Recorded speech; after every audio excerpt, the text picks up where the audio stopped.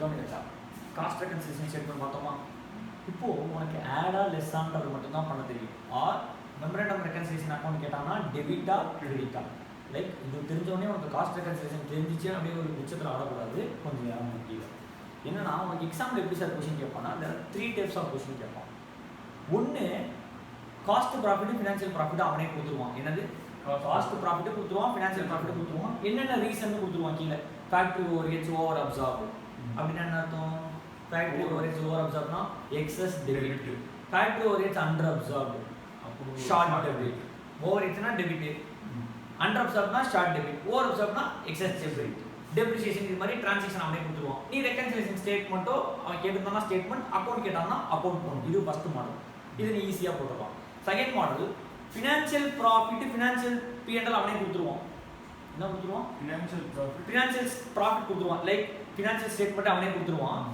அதுலேயே net profit இருக்கும் costing profit ஒன்றா கண்டுபிடிச்சு சொல்லுவான் you how to prepare costing P&L or cost sheet to assign profit to arrive profit நீ என்ன ப்ரிப்பேர் பண்ணணும் cost sheet or costing P&L prepare பண்ணி நீ என்ன அரைவ் பண்ணணும் ப்ராஃபிட் அரைவ் பண்ணணும் நீ ப்ராஃபிட் அரைவ் பண்ணிட்டியா என்ன ப்ராஃபிட் காஸ்ட் ப்ராஃபிட் ஆல்ரெடி என்ன ப்ராஃபிட் இருக்கு ஃபினான்ஷியல்ஸ் ப்ராஃபிட் இருக்கு இப்போ இந்த ரெண்டு ப்ராஃபிட்டையும் நீ ரெகன்சைல் பண்ணணும் ஐட்டம் செக் பண்ணணும் நீ என்ன டெபிட் பண்ணியிருக்க அங்கே என்ன ஐட்டம் இருக்கு இங்கே என்ன கிரெடிட் பண்ணியிருக்க அங்கே என்ன ஐட்டம் கிரெடிட் ஆயிருக்கு அப்படின்னு என்ன பண்ணிடணும் செக் பண்ணி நீனே ரெகன்சிலியேஷன் ஸ்டேட்மெண்ட் போடுறது ரெண்டாவது கொஸ்டின் மூணாவது கொஸ்டின் நீயே ஃபினான்ஷியல்ஸும் ப்ரிப்பேர் பண்ணணும் நீனே காஸ்ட்டும் ப்ரிப்பேர் பண்ணணும் நீயே ரெகன்சிலியேஷனும் போடணும் அப்போ தேர்ட் டைப் ஆஃப் கொஸ்டின்ல ரெகன்சிலியேஷன் ஐட்டம் 3 தான் இருக்கும் நம்ம படிக்கிற மாதிரி 10 ஐட்டம் ரெகன்சிலியேஷன் இருக்காது எத்தனை ஐட்டம் தான் இருக்கும் 3 தான் ஃபேக்ட்ரி ஓவர்ஹெட்ஸ் வித்தியாசமாக இருக்கும் க்ளோசிங் ஸ்டாக் ஓப்பனிங் ஸ்டாக் வித்தியாசமாக இருக்கும் அட்மின் ஓவர்ஹெட்ஸ் வித்தியாசமாக இருக்கும் அவ்வளோதான் ஒன்று கொடுத்து இன்னொன்று நம்மளை போட சொல்கிறாங்களா அதில் 5 ஐட்டம் இருக்கும் மொத்தமாக அவனே கொடுத்தானா 10 ஐட்டம் கொடுப்போம் அவ்வளோதான் வித்தியாசம் அப்போ அந்த ஒர்க் லோடு கொடுக்கும்போது ரெகன்சிலியேஷனில் லோடு என்ன பண்ணிடுவோம்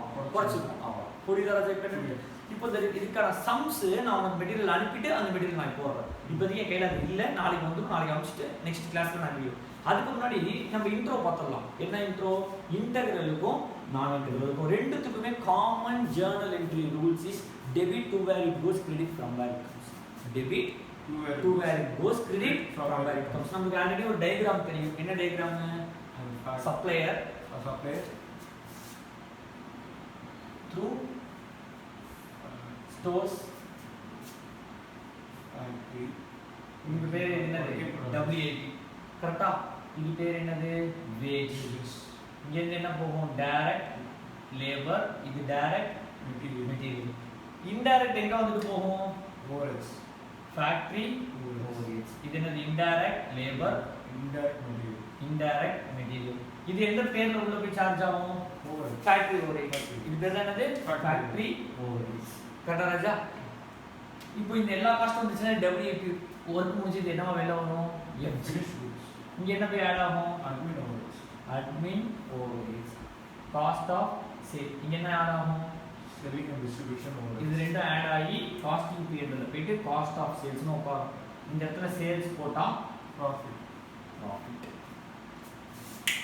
இதுதான் வந்து டயகிராம் இதுல டு வேர் இட் கோஸ் என்னது debit from where it comes credit அப்போ goods வந்து ஸ்டோர்ல இருந்து WIP பேருக்கு that is factory பேருக்கு stores to factory அப்ப ஜர்னல் என்ட்ரி என்ன போடுவேன் WIP account debit to stores இப்போ WIP work in progress factoryல இருக்கு அங்க இருந்து பட்டன் தைக்கிறதுக்கு ஷர்ட் ஃபேக்டரி பட்டன் தைக்கிறதுக்கு job 1 க்கு போகுது job 1 account debit to job 1 ல இருந்து job 2 கார்டு தைக்கிறதுக்கு போகுது என்ன ஜர்னல் என்ட்ரி போடுவேன் job 2 account debit to job 1 job 2 ல இருந்து திருப்பி WIP வந்துருது WIP account debit to job 2 கரெக்ட்டா WIP ல இருந்து திருப்பி FG க்கு போகுது FG to WIP FG ல இருந்து காஸ்ட் ஆஃப் சேல் போகுது cost of sales to FG இப்படி தான ஜர்னல் என்ட்ரி போட்டுட்டு இருக்கோம் இதுல இன்டெகிரல்னா same books non இன்டெகிரல்னா different books அப்ப என்ன ஒரு விஷயம் அப்படினா இன்டெகிரல் அக்கவுண்டிங்ல எப்பயும் போல நீ ஜர்னல் என்ட்ரி போடுறோம் இன்டெகிரல்ல நீ எப்பயும் போல ஜர்னல் என்ட்ரி நான் இன்டெகிரல் ஜர்னல் என்ட்ரி போடும்போது எப்பயும் போல இப்ப ஸ்டோர்ஸ் குட்ஸ் வந்து சப்ளையர் இருந்து என்ன ஜர்னல் என்ட்ரி போடுவேன்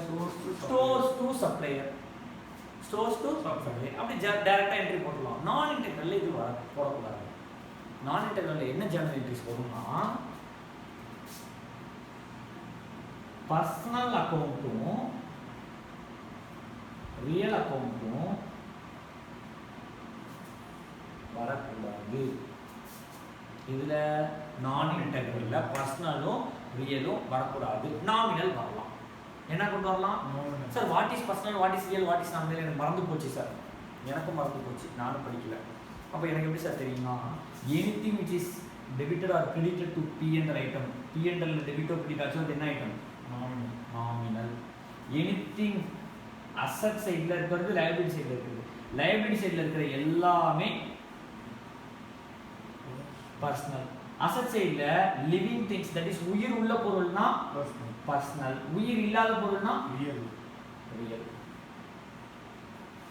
அப்போ பேலன்ஸ் ஷீட் ஐட்டம்ஸ் எதுவுமே என்ட்ரி போடக்கூடாது. எக்ஸாம்பிள், நான் சப்ளையர் கிட்ட வாங்கியிருக்கேன் goods, stores account debit to supplier போடுவியா?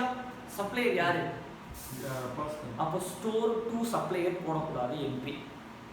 ஏன்னா ஃபினான்ஷியலுக்கும் அதே சப்ளையர் தான், காஸ்ட்டுக்கும் அதே சப்ளையர் தான். ஃபினான்ஷியல் புக்லேயும் 100 ரூபானா 100 ரூபா தான், காஸ்ட் புக்லேயும் 100 ரூபானா 100 ரூபா. அங்கே ஒரு 100 ரூபா கொடுத்தன்னு சொல்லிட்டு இங்கேயும் ஒரு 100 ரூபா கொடுத்தன்னு என்ன பண்ணக்கூடாது சொல்லணும். அந்த பக்கம் சப்ளையருக்கு 1000 ரூபாய் பாக்கி இருக்கு, இங்கேயும் ஒரு சப்ளையர். ஒரே சப்ளையரா 2 சப்ளையரா? அப்போ ஒரே சப்ளையர் தானே 1000 ரூபாய் இருக்கு. அவன் என்ட்ரி போட்டாங்கல்ல, திருப்பி நான் என்ன போடக்கூடாது? சப்ளையருக்கு 1000 ரூபீஸ்னு என்ட்ரி போடக்கூடாது. ஆனா ஸ்டோருக்கு குட்ஸ் வந்திருக்குல்ல, அப்போ டு வேர் இட் கோஸ் இங்க ஸ்டோர்ஸ் அக்கவுண்ட் டெபிட் டு என்ன போட்டுருக்கணும்? சப்ளையர். சப்ளையர் யாரு?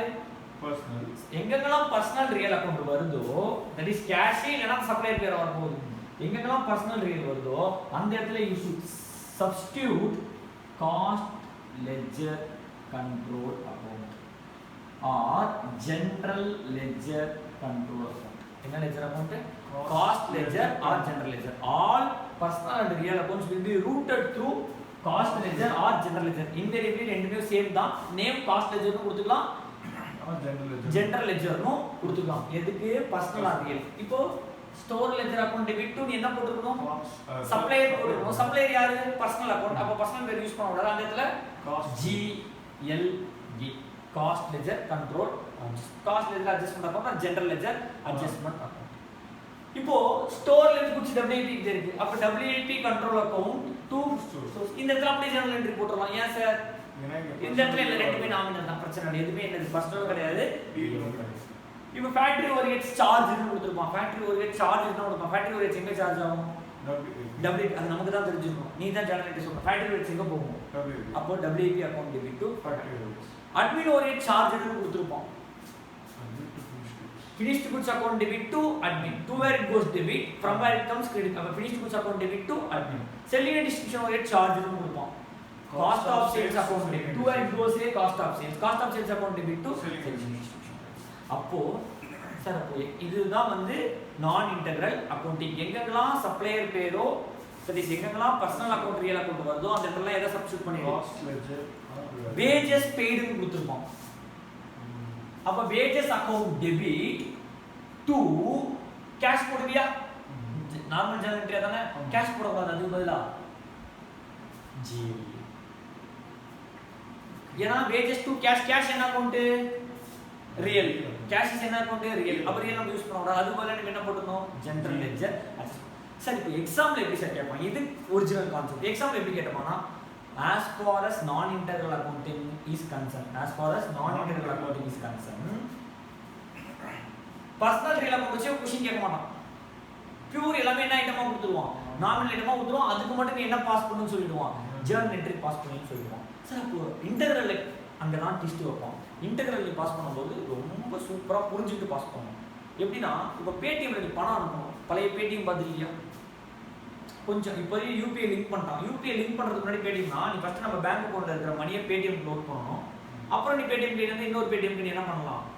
ஸ்கேன் பண்ணி ட்ரான்ஸ்ஃபர் பண்ணலாம். அதே மாதிரி wages paid, wages direct wages supplied, indirect wages சப்ளைடும் கொடுப்போம். டைரக்ட் வேஜஸ் எங்கேருந்து போவோம்? வேஜ் கண்ட்ரோல்லேருந்து WIP. இன்டைரக்ட் வேஜஸ் எங்கேருந்து போவோம்? வேஜ் கண்ட்ரோல்லேருந்து ஃபேக்டரி ஓவர்ஹெட்ஸ். அப்போ டைரக்ட் வேஜஸ் இன்கர் பண்ணாதானே போக முடியும். இங்கே வந்தால் தான் இங்கேருந்து குட்ஸ் மூவ் ஆக முடியும். இங்க வரதுக்கான என்ட்ரி ஃபினான்ஷியல் என்ட்ரி, மூவ் பண்றதுக்கான என்ட்ரி காஸ்டிங் என்ட்ரி. இங்க இன்கர் பண்ணாதானே இதை மூவ் பண்ண முடியும். வேஜ் கண்ட்ரோல் அக்கவுண்ட்ல இருந்து டைரக்ட் வேஜஸ் எங்க போகும்? WIP. இன்டைரக்ட் வேஜஸ் எங்க வரும்? இங்க வரும். அப்ப இங்க இன்கர் பண்ணாதானே மூவ் ஆகும். இதுவே நான் இன்டெகிரலா இருந்துச்சுன்னா இங்க இன்டர் பண்ணதுக்கு என்ட்ரி ஒண்ணே கேட்க மாட்டான். அந்த டிரான்சாக்ஷனே கொடுக்க மாட்டான். இன்டெகிரல்ல இங்க இன்கர் பண்றதுக்கு ஒரு என்ட்ரி, மூவ்மென்ட்க்கு ஒரு என்ட்ரி. இன்டர் பண்றதுக்கு என்ன என்ட்ரி போடணும்? Financial entry. மூவ்மென்ட்க்கு என்ன என்ட்ரி போடணும்? Costing entry. incurring wages incurring என்ன general entry? wages account debit to cash. அப்போ wages control account debit to cash. இது என்ன அக்கௌண்ட்? இன்டெக்ரல். அதனால என்ன யூஸ் பண்ணிக்கலாம்? கேஷ் யூஸ் பண்ணிக்கலாம். 10000 ரூபாய் 10000 ரூபாய். 6000 ரூபாய் டைரக்ட், 4000 ரூபாய் இன்டைரக்ட்னு அடுத்தது கொடுத்துருப்போம். 6000 ரூபாய் எங்க போகும்? WIP. அப்போ WIP account debit to wages control. 4000 ரூபாய் எங்க போகும்? 6000.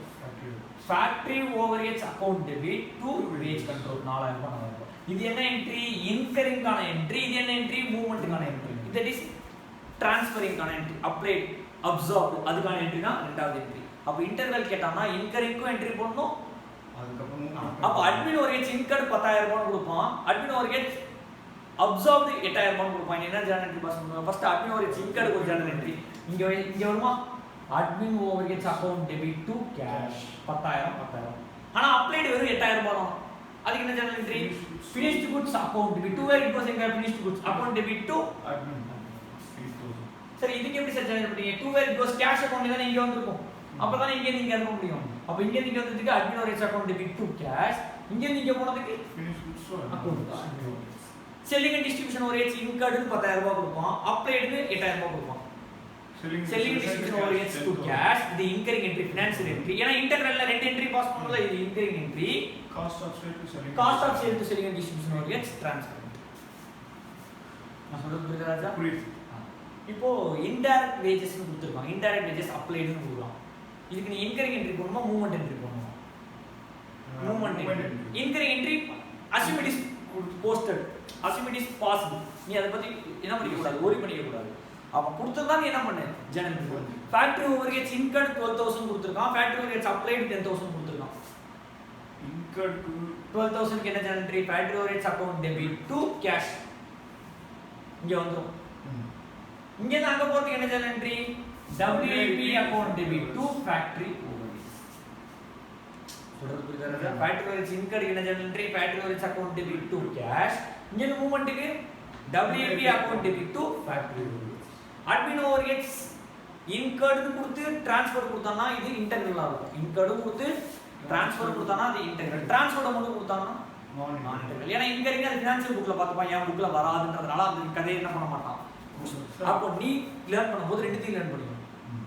இப்போ இதே question admin overheads incurred 10000, admin overheads charged 8000 கொடுத்திருக்கான். in case of non integral journal entry எப்படி பாஸ் பண்ணனும்னா admin overheads account debit to என்ன போடுவார்? GL. ஏனா to cash போட கூடாது.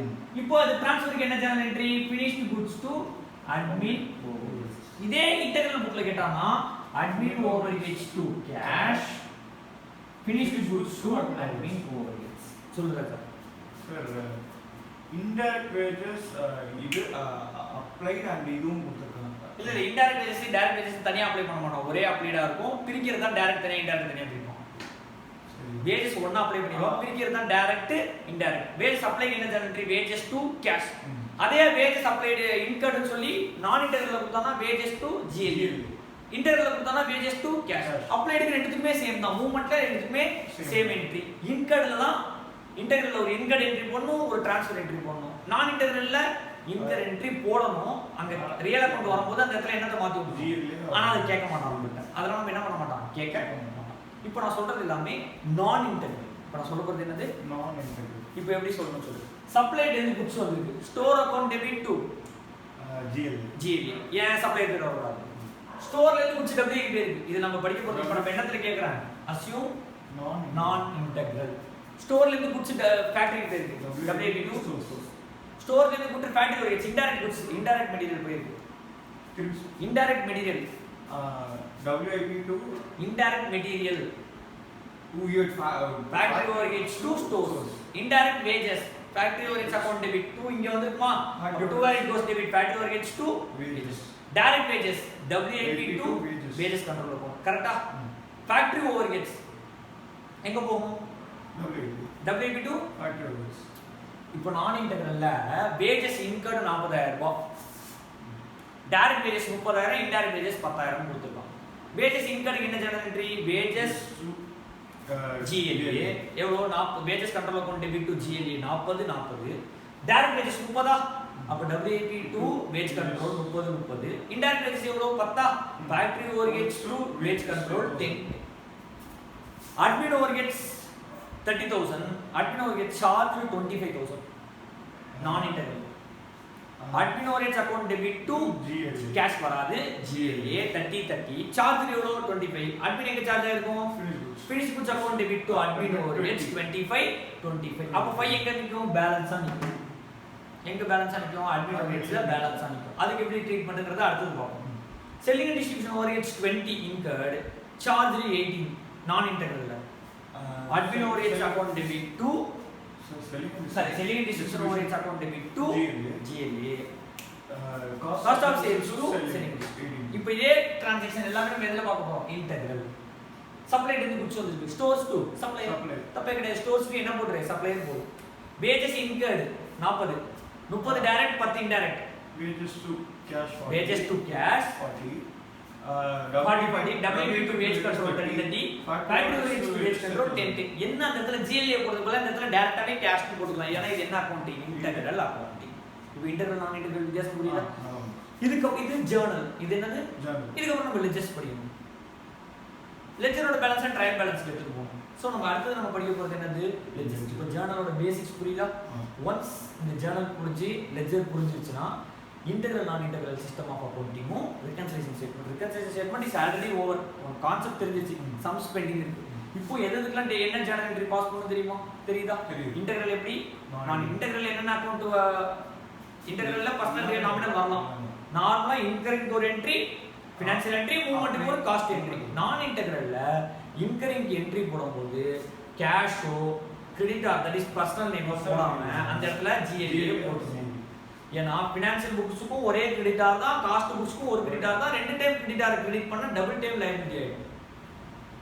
அதனால நம்ம என்ன பண்ணுவோம்? சிங்கிள் டைம் தான் கிரெடிட் பண்ணுவோம். இன்னொரு டைம் அது என்னன்னு போட்டுக்கிறது GLA.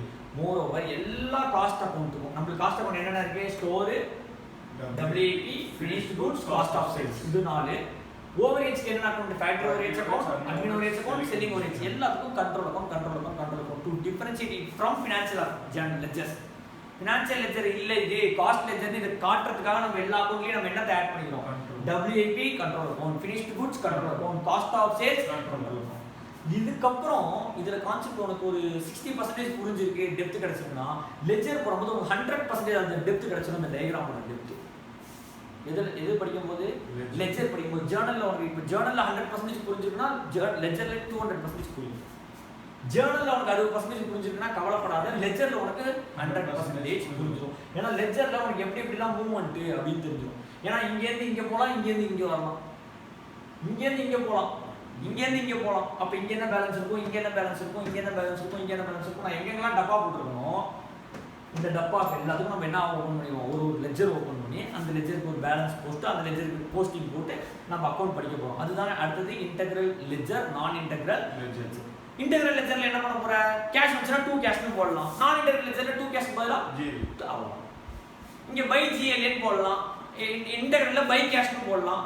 சேல் பண்ணா கேஷ் டு சேல்ஸ் போடணும். அப்ப GLA ல என்ன பண்ண? இதுல நான் இன்டெகிரல்ல கேஷ் டு சேல் போட கூடாது, GLA டு சேல்ஸ் போடணும். அப்ப என்ன பண்ணணும்? GLA அவ்வளவுதான். அப்போ லெட்ஜர்ஸ்க்கு என்ன பண்ண போகுது? அந்த இடத்துல பை கேஷ் போடுறதுக்கு பதிலா பை GLA, 2 கேஷ் போடுறதுக்கு பதிலா 2 GLA, 2 சப்ளையர் போடுறதுக்கு பதிலா 2 GLA, பை சப்ளையர் போடுறதுக்கு பதிலா பை GLA. அவ்வளவுதான். இன்டெகிரல் லெட்ஜருக்கும் நான் இன்டெகிரல். இப்போ இன்டெகிரல் நான் இன்டெகிரல் வித்தியாசம் புரியுதா? இன்டெகிரல்னா financial books, cost books maintain in same books. Financial account, cost account maintain in same books. Non இன்டெகிரல்னா ரெண்டுக்கும் டிஃபரண்ட் செட் ஆஃப் புக்ஸ். நம்ம காஸ்ட் அக்கவுண்ட் எல்லா அக்கவுண்ட்லயும் நம்ம என்ன யூஸ் பண்ணோம்? Control to differentiate it from financial ledgers. இது புரியுதா? நெக்ஸ்ட் கிளாஸ்ல இது டே 2. டே 3 கிளாஸ்ல we'll see reconciliation statement problems, journal of integral, journal of non integral. அடுத்து லெட்ஜர் போயிட்டு லெட்ஜரோட ப்ராப்ளம் பார்க்கலாம். இது முடிஞ்சிட்டா chapter 7 over. Chapter 6 already cost sheet over. ஒரு 4 ப்ராப்ளம் இருக்கு, அதுக்கு 1 + எக்ஸ்ட்ரா ப்ராப்ளம் போடணும். Chapter 7 will get over. புரியுதா? அப்போ டே 1ல ஒரு பெருசா வர்க் கிடையாது, அது கான்செப்ட் புரிஞ்சுக்கிறது. இன்னைக்கு காஸ்ட் ஷீட் எடுத்துருக்கேன். ஃபர்ஸ்ட் வீடியோல காஸ்ட் ஷீட் இருக்கும், செகண்ட் வீடியோல ரெகன்சிலியேஷன் ஸ்டேட்மெண்ட் இருக்கும், தேர்ட் வீடியோல இன்டெகிரல் நான் இன்டெகிரல். இப்போ நீ என்ன பண்ணணும்னா காஸ்ட் ஷீட்டுக்கு நான் அனுப்புற ப்ராப்ளத்தை பார்க்கணும், குரூப்ல அனுப்பிச்சிடறேன். இன்டெகிரல் நான் இன்டெகிரலுக்கு உன் புக்கை சும்மா எடுத்து பரட்டி பாரு. நான் சொன்னதான் அதில் இருக்கல சார் தப்பா சொல்லியிருக்காரன். நீ என்ன பண்ணலாம்? நீ புக் எடுத்து சும்மா செக் பண்ணு. நெக்ஸ்ட் வீடியோல ஃபுல் கிளாரிட்டி வித் ப்ராப்ளம் நான் போடுறேன். சரியா? Thank you, sir. தேங்க்யூ